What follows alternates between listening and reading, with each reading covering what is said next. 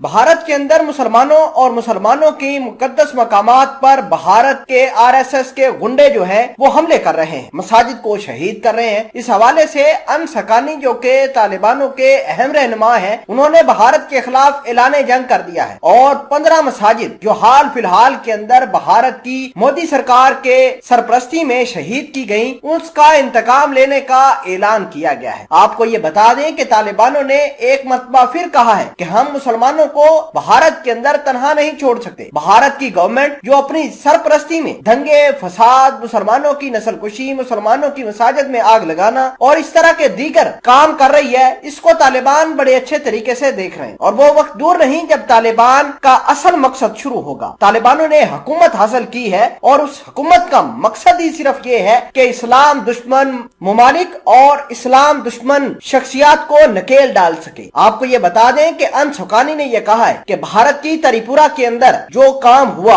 मुसलमानों की मसाजिद को जो जलाया गया, उसको हम कतन बर्दाश्त नहीं करेंगे। आपको ये बता दें कि भारत के अंदर हिंदू मुस्लिम फसादात हो रहे हैं और मोदी सरकार इसको बढ़ावा दे रही है। मुख्तलिफ रियासतों के अंदर जो भारत के मोदी के गुंडे हैं वो लगातार मसाजिद को जला रहे हैं और दिल खराश वाकयात पेश आ रहे हैं। उन दिल खराश वाकयात के ऊपर एक छोटी सी रोशनी डालेंगे। छोटी सी गुजारिश है कि आप इस वीडियो को लास्ट तक जरूर देखें। अगर खबर अच्छी लगे तो इसको शेयर जरूर कीजिएगा। चलते हैं वीडियो की जान। सबसे पहले आपको ये बता देते हैं कि अक्टूबर के महीने के अंदर बांग्लादेश के अंदर एक टेंपल था हिंदुओं का, वहां पर तकरीब हुई और तकरीब के अंदर हिंदुओं ने कुरान मजीद अपने जो देवता था उसके कदमों में रख दिया। जब ये वीडियो वायरल हुई तो मुसलमानों ने रिएक्शन करना शुरू कर दिया और मुसलमानों ने हिंदुओं का ये रवैया देखकर उस टेंपल के ऊपर हमला बोल दिया, जिसके बाद हिंदू मुस्लिम फसादात बांग्लादेश के अंदर शुरू हो गए। अब बिल्कुल नदरन साइड के ऊपर अगर हम बात करें तो बांग्लादेश के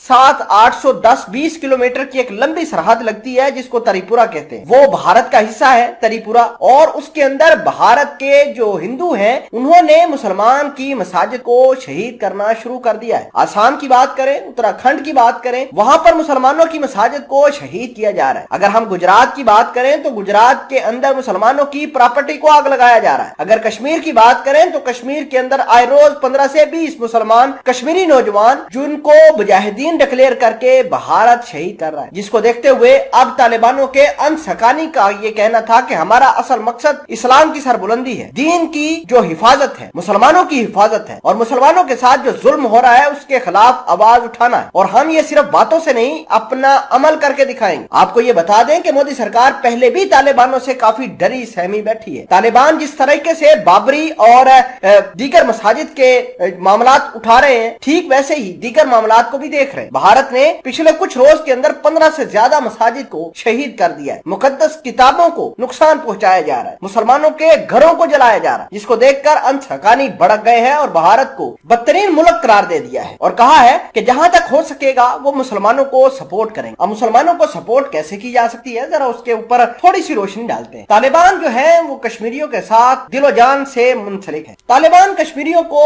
वेपन्स मुहैया कर सकते हैं, ट्रेनिंग दे सकते हैं। इसके अलावा भारत को किस तरह नकेल डालनी है, खुद भी तालिबानों के जो मुजाहिदीन है वो जा सकते हैं कश्मीर के अंदर जिहाद के लिए। इसके अलावा भारत जो है वो तालिबानों के साथ हालात अच्छे करना तो चाहता है, लेकिन तालिबान खुद भारत के साथ ताल्लुकात बढ़ाना नहीं चाहता, क्योंकि भारत ने हमेशा तालिबानों की पीठ के पीछे छुरा खोपा है।